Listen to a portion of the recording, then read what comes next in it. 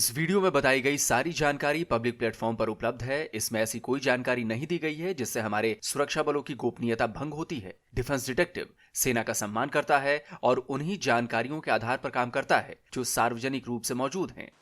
नमस्कार दोस्तों, defence detective में आप सभी का एक बार फिर से स्वागत है। मैं हूं आलोक। तो खबर क्या है में आज हम बात करने वाले हैं पाकिस्तान के बलूचिस्तान से उठी उस आवाज की जिसने इस्लामाबाद की सत्ता की चूल्हे हिला दी हैं।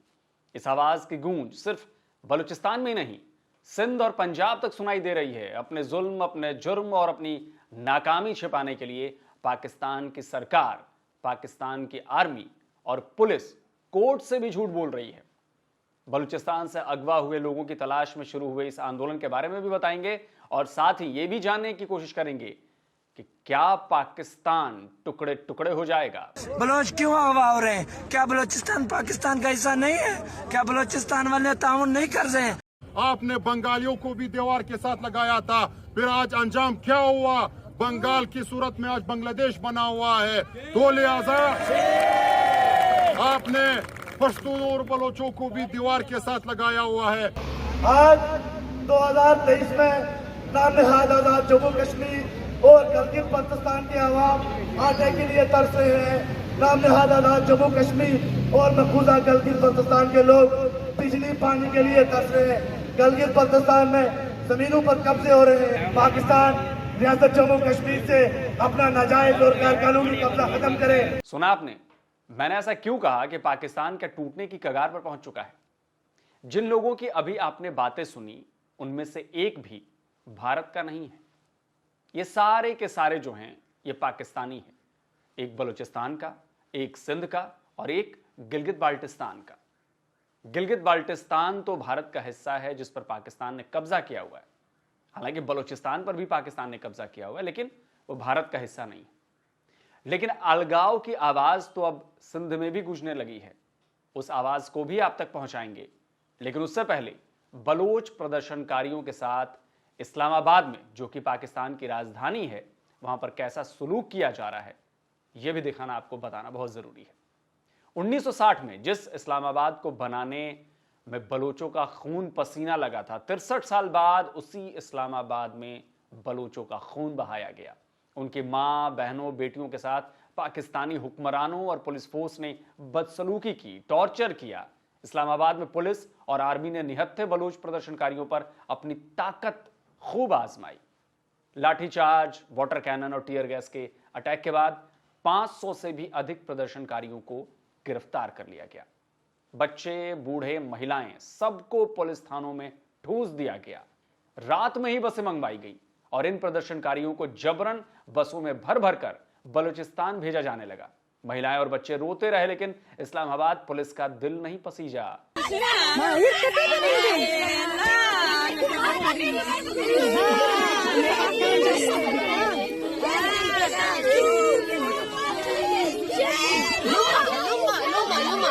और ये सब तब हो रहा था जबकि इस्लामाबाद हाई कोर्ट ने पुलिस से सवाल किया था कि भाई बलोच प्रदर्शनकारियों को जबरन क्यों भेजा जा रहा है। और पुलिस ने कोर्ट में कहा था कि सारी महिलाओं और बच्चों को रिहा कर दिया गया है।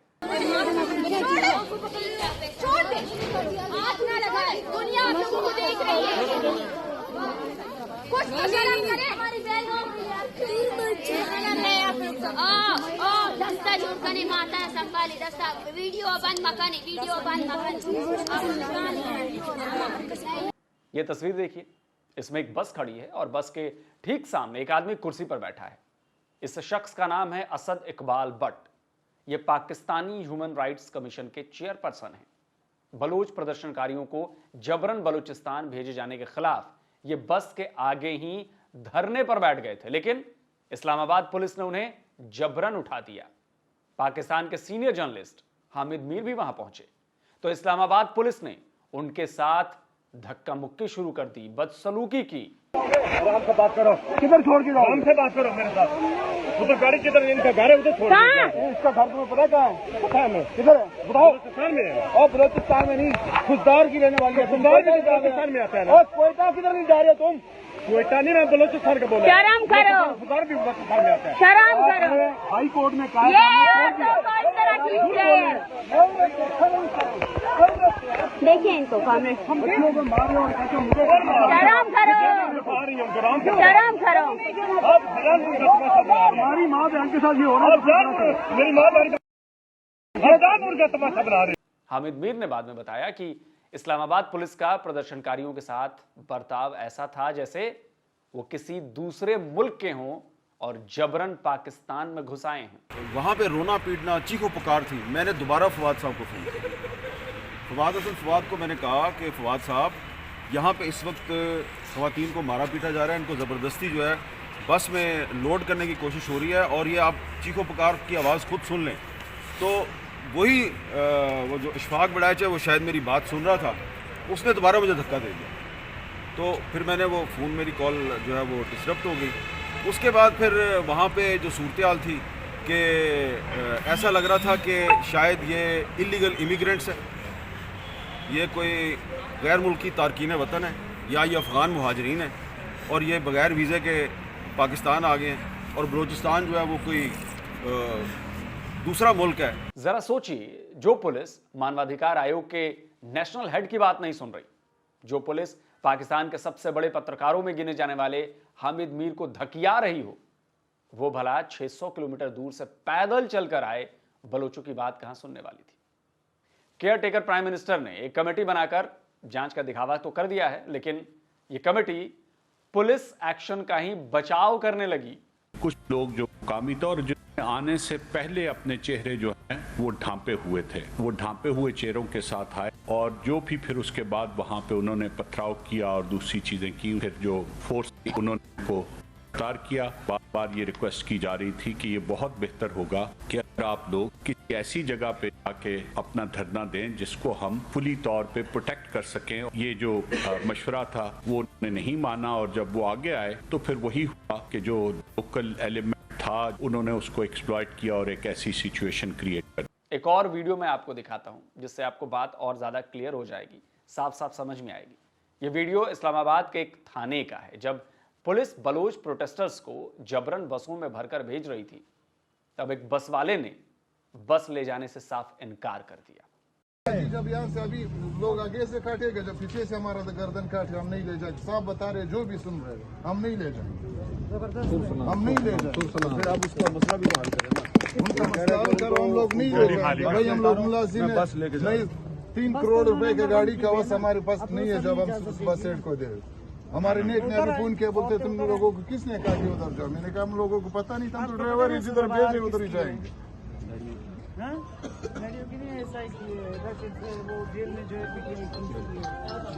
दोस्तों, ये बलोच बड़ी उम्मीद के साथ इस्लामाबाद आए थे।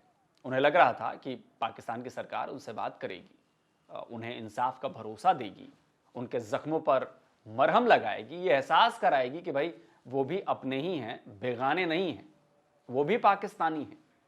लेकिन ऐसा हुआ नहीं। इस्लामाबाद की सड़कों पर पाकिस्तानी पुलिस और आर्मी के बूटों के नीचे बलूचिस्तान के लोगों की उम्मीदों को रौंद दिया गया। इस्लामाबाद के लोगों ने तो इन मां बहनों पर हुए जुल्म पर आंखें मूंद ली, लेकिन इस बर्बरता का पता लगते ही पूरा बलूचिस्तान जैसे उबल पड़ा। 2 दिन से पूरा बलूचिस्तान सड़कों पर है, हाईवे जाम है, हर तरफ नारेबाजी हो रही है, पाकिस्तानी हुकूमत के खिलाफ आवाजें उठाई जा रही हैं। बलूचिस्तान से उठ रही इस आवाज की धमक केवल पाकिस्तान ही नहीं, पूरी दुनिया को जगा रही है। जहां तक नजर जाएगी पाकिस्तानी सरकार के खिलाफ सड़क पर लोग हैं, वहां हर तरफ लोग ही लोग नजर आ रहे हैं।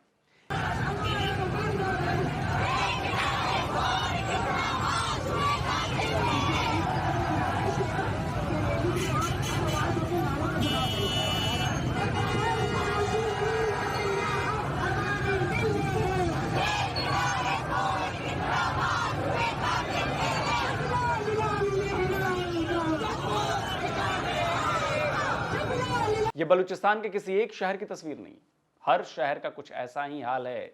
बरखान में लोगों ने बलूचिस्तान को पंजाब से जोड़ने वाले हाईवे को जाम कर दिया।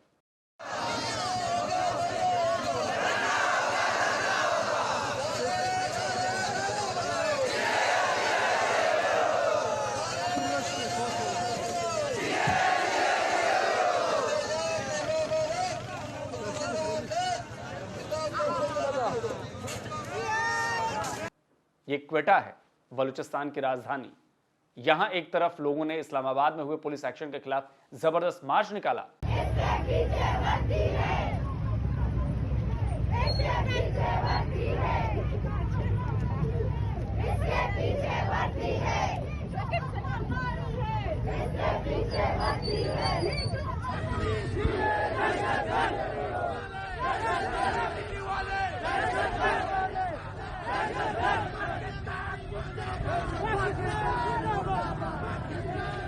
तो दूसरी तरफ बलूचिस्तान असेंबली के बाहर भी धरना प्रदर्शन किया। ऐसा ही प्रोटेस्ट रखनी, कोहलू, खरान मलेर, कठूर में भी दिखाई दिया।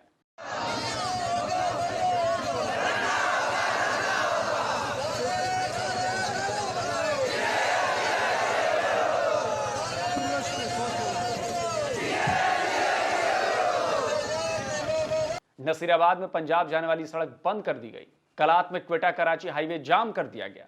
लेकिन अगर आप ये सोच रहे हैं कि सिर्फ ऐसा बलूचिस्तान में ही हो रहा है तो आप गलत हैं। पंजाब के तौंसा शरीफ की तस्वीर देख लीजिए।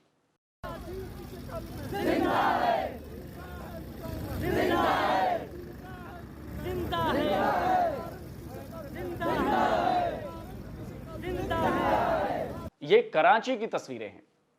सड़क पर हजारों हजार लोग उतर आए हैं, महिलाएं, बच्चे, पुरुष। ये सब बलोच प्रदर्शनकारियों पर हुए पुलिस एक्शन का विरोध कर रहे हैं। पाकिस्तान गवर्नमेंट के खिलाफ नारेबाजी से कराची गूंज रहा है।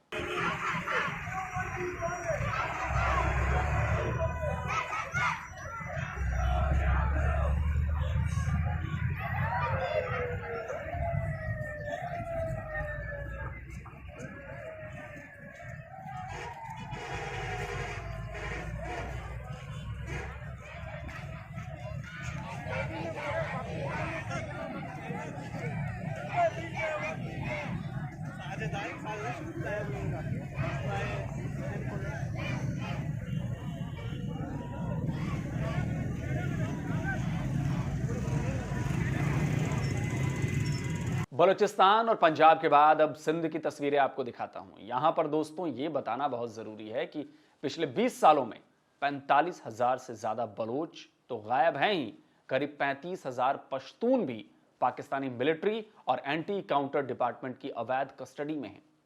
इनमें से हजारों को तो एनकाउंटर के नाम पर मारा भी जा चुका है। आपने बंगालियों को भी दीवार के साथ लगाया था, फिर आज अंजाम क्या हुआ? बंगाल की सूरत में आज बांग्लादेश बना हुआ है। तो लिहाजा आपने पश्तून और बलोचों को भी दीवार के साथ लगाया हुआ है। लिहाजा ये गलती दोबारा मत दोहराओ। आज भी वक्त है, अपने फैसलों पे नजरसानी करो। जो आपने जुल्म किए हैं उन पे माफी मांगो। इन बलोचों और पश्तूनों के पाँव में गिरो, ये आपको माफ करेंगे। और अगर आप मजीद हमें तंग करोगे, आप हमें दीवार के साथ लगाओगे, तो फिर वो फारसी का एक कहावत आपने सुना होगा कि तंगा मत बजंगा मत, हमें मजबूर मत करो। इस शख्स का नाम है नूर बादशाह। ये पश्तून तहाफिज मूवमेंट के प्रोविंशियल प्रेसिडेंट हैं। बलोच प्रदर्शनकारियों के साथ हुए सुलूक के विरोध में पीटीएम ने क्वेटा आकर विरोध प्रदर्शन किया। इनकी पूरी बात आपको सुनाता हूं। हम वाज़े इस प्लेटफॉर्म से ऐलान करते हैं कि पश्तून तहफ़्फ़ुज़ मूवमेंट पंजाबी इस्तिमार के मुकाबले में अपने बलूच भाइयों के साथ शाना बशाना खड़ी रहेगी। अब एक ही रास्ता बचा है। इस मुल्क में जितने भी महकूम तबकात है, जितने भी महकूम अक़वाम है, चाहे वो बलोच हो, चाहे पश्तून हो, चाहे सिंधी हो, चाहे सिराइकी हो, चाहे कश्मीरी हो, इन सब ने एक प्लेटफॉर्म पे मुत्तहिद होके इस करप्ट जर्नलों से, इस इस्तिमारी कुव्वतों से अपना हक छीनना होगा। वो कि मंजूर पश्तून का सोच अब सिर्फ पश्तूनों में नहीं, बलोचों और सिंधियों के ज़हन में भी आ चुका है। अब आप किसको गिरफ्तार करोगे? आप कितने मंजूर पश्तून को गिरफ्तार करोगे? हम अपने बलोच भाइयों के साथ हैं। आपको यह भी बता दूं कि पीटीएम के सीनियर लीडर मंजूर पश्तून को दिसंबर की शुरुआत में ही पुलिस ने गिरफ्तार कर लिया। वजह यह है कि वो बलोचों को सपोर्ट करने तुर्बत जा रहे थे। उनके साथियों को डर है कि कहीं मंजूर का भी एनकाउंटर ना कर दिया जाए। पीटीएम के सरबराह मशर मंजूर अहमद पश्तीन ने ऐलान किया था कि मैं एक काफिले की शक्ल में तुरबत जाऊंगा और वहाँ पे जो हमारे बलोच भाई इस गम में, इस दुख में बैठे हुए हैं, इनके साथ धरने में शिरकत करूंगा। तो जैसे ही मंजूर पश्तून तुरबत की तरफ रवाना हुए तो रियासती इदारों की जानिब से मंजूर पश्तून के ऊपर कातिलाना हमला किया गया और उसके बाद निहायत ही गैर कानूनी तरीके से उनको गिरफ्तार किया गया। पिछले 4-5 महीनों से आप लोगों ने देखा होगा कि मंजूर पश्तून के ऊपर बलूचिस्तान आने पे बैन लगाई गई है। तो ये बैन असल में लगाई भी इसी लिए है कि यहाँ पे जितने भी पश्तून है, बलोच है, वो रियासत के ज़ुल्म के शिकार है। रियासत ने पश्तूनों और बलोचों पे जुल्म मसलत किए हैं, इनके तमाम मादनियात जो है वो कब्जा किए हुए हैं और हमारे सरजमीन पे काफ़ी सालों से रियासत दादारी जंगें मुसलत कर रही है। अब आपको एक और बात बताता हूं। पाकिस्तान के एस्टेब्लिशमेंट का दावा है कि बलूच आतंकवाद और ड्रग्स की तस्करी में शामिल रहते हैं, लेकिन हकीकत यह है कि इसमें भी पाकिस्तानी आर्मी और हुक्मरानों का ही हाथ है।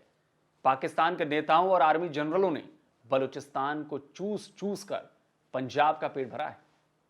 वहां डेवलपमेंट के नाम पर 75 सालों में कुछ नहीं किया गया। और ये मैं नहीं कह रहा हूं, ये तो खुद पाकिस्तान के वो लोग कह रहे हैं जो बलूचिस्तान, सिंध और खैबर पख्तूनख्वा के लोगों के साथ हो रही साजिश को अच्छी तरह से जानते और समझते हैं। आम बंदे को फ़ायदा हो रहा है, अगर फ़ायदा हो रहा होता तो आप वहाँ जाके डेवलपमेंट देख लेते, कोई जो हुई होती। वहाँ तो कुछ भी नहीं है। अभी कोयटा का बड़ा शहर माना जाता है, वहाँ जाके देखें हालात क्या हैं। उधर भी कोई चीज़ ऐसी नज़र नहीं आती जो लिवेबल सिटी बनाए उसको। तो ये चीज़ है कि ड्रग्स का एक मसला बहुत ज़्यादा है वहाँ पे, उस पर भी फोर्स किया जाता है और कहा जाता है कि ये काम करो तो ठीक है, कोई ये छोड़ना नहीं है, क्योंकि उससे दरमियान में पैसे भी इधर उधर होते हैं, मिडल मैन भी कमाते हैं, सब होता है। ईरानी डीजल भी ऐसी है कि वो बाइकों पे आता है पहाड़ियों से, हाँ, और वो आधी रात को ट्रैवल करते हैं।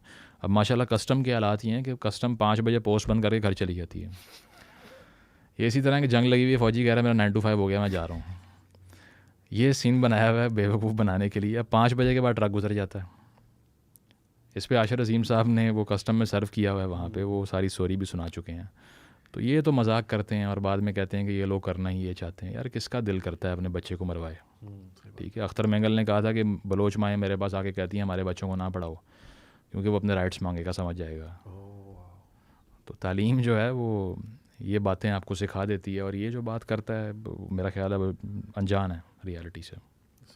कोयटा में 5 साल पहले तो बात असल में यह है कि पाकिस्तान बलूचिस्तान को पूरी तरह बर्बाद करना चाहता है। हाईकोर्ट के ऑर्डर और देश भर में मच रहे बवाल के बाद भी पाकिस्तानी फोर्स अपने मिशन में लगी हुई है। बलोच प्रदर्शनकारियों का बैंक अकाउंट बंद कर दिया गया है। बलूचिस्तान में आज भी वहां से लड़कों को उठाया गया है।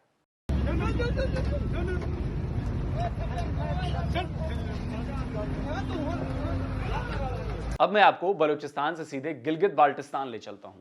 वहां भी पाकिस्तान के खिलाफ आवाज लगातार बुलंद होती जा रही है। दोस्तों, जैसा कि आपको मालूम है, नेशनल इक्वलिटी पार्टी रियासत जम्मू कश्मीर की वहदत की बहाली के लिए जदोजहद कर रही है। हमने 2019 में हमने जो मंशूर पेश किया, हमने जो बयानिया दिया, वो बयानिया रियासत जम्मू कश्मीर की बहाली और रियासत जम्मू कश्मीर के आवाम की मर्जी से उसके फैसले के लिए है कि रियासत जम्मू कश्मीर को बहाल किया जाए। और रियासत जम्मू कश्मीर के मुस्तकबिल का फैसला इंडिया या पाकिस्तान बाहम बैठ के नहीं कर सकते, बल्कि रियासत जम्मू कश्मीर के मुस्तकबिल का फैसला करने का हक रियासत जम्मू कश्मीर गिलगित बाल्टिस्तान के आवाम को दिया जाए। नेशनल इक्वलिटी पार्टी 16 मार्च 1846 को मायदा अमृतसर के तहत बनने वाली रियासत जम्मू कश्मीर की बहाली और उसकी आज़ादी के लिए जदोजहद कर रही है। जैसा कि आप जानते हैं, 1947 में पाकिस्तान की तरफ से जिस तरह रियासत पर हमला करके रियासत को न सिर्फ तकसीम किया गया, बल्कि रियासती मसले को इतना मुतनाज़ा बनाया गया कि रियासती आवाम जो कि इस मसले के असर फरीक है, उन्हें इस खेल से ही बाहर कर दिया गया।